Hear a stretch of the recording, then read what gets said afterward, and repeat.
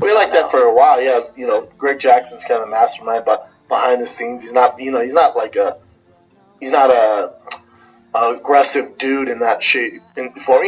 When there's like a head coach on a football team, like Joe Paterno, take away all the weird kid scandal stuff. Remember Joe Paterno when he's like super old, and then the rest of the team would run shit, but Joe Paterno was the face, and obviously came up with the game plan and stuff like that, and then other people would execute it. It's kind of like that. You have a head coach, and then you have all the masterminds behind it, because, Greg's been doing it for so long. Scroll down with the comments quotes, for this news bummed me out. I heard about it before he went on Rogan, talked about it, and it's just a bummer, man.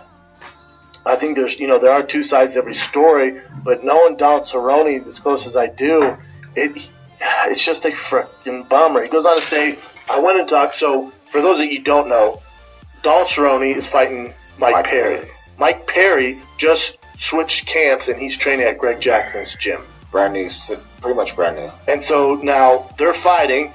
Donald Cerrone thought, man, it's weird that we're going to train in the same place. I think for this fight, you should go somewhere else. Says that to Greg, and then this is what happens.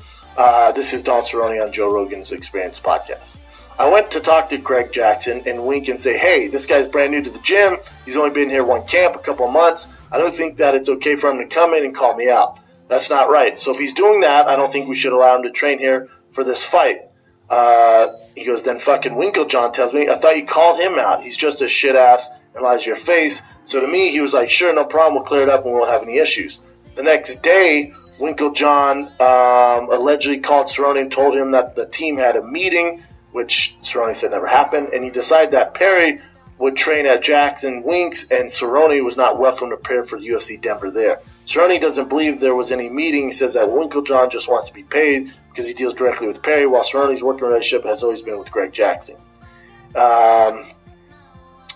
With Greg, his name is on the building. It's Jackson Wink, not Jackson fucking Wink. Cerrone Winklejohn beef. Wow. I don't know where to start here. Firstly, I don't know that there were so many problems at Winklejohn. Why nobody has said anything? I don't get it.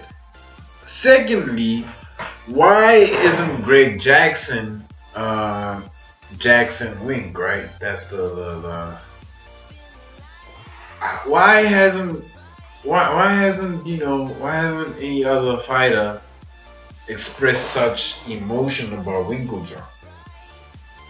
Because I've never heard anybody say this about Jackson and Wink. I've only heard about the steroid allegations, the whole John Jones hiding under the cage in the gym, running from USADA, so on and so forth. The fact that how many of their athletes have already popped hot full roids. Didn't Alistair Overeem used to train there. A whole bunch of people used to train there. So this is new, man. I didn't know there was so much drama in that one gym. Between John Jones' Cerrone scenario and every other thing. Wow, they should really come up with their own reality show. I mean, tough. Is this reality show? It's what does he call it again? Oh yeah, The Ultimate Fighter. Fighters line up in the house, so on and so forth. Yeah, they should forget about that as any model for any UFC promo and just focus on the superstar gyms. Because clearly there's so much going on that it's reality TV with. If this is really happening at Jackson and Wink, not only should this be captured, I think this should be discussed amongst MMA journalists. This is a real issue. If Cerrone is 100% for real. But then again, Winklejohn responded, and to me it seems like the truth here lies in the middle. To me here it seems like, it seems simply like it was time to part ways. Let me know what you guys think. Like, comment, subscribe, and I'm out. So This is a big deal for Asians around the world. That's huge. All right, this movie, Crazy Rich Asians, it's top of the box office right now. It was a book too, right, Jim? Yeah. Did you guys read the book? Nah. It's about time Asians had a movie. This is the first time, right? There was a Take it easy. Rush Hour 1, Rush Hour 2. Big Trouble in Little China. Brandon, that Hold was on, Big one Trouble Asian in Little guy. China. Brandon, that was one Asian Rumble guy. in the Bronx. That was one Asian guy. Rumble in the Bronx. Listen, everyone listen. Rumble in the Bronx. Brandon. Godzilla 1, 2. Brandon, these are.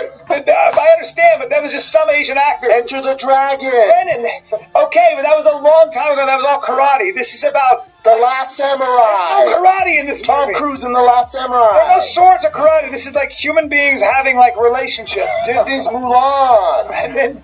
Brandon, The Emperor's New Groove. Mulan is not Asian. It was Polynesian. God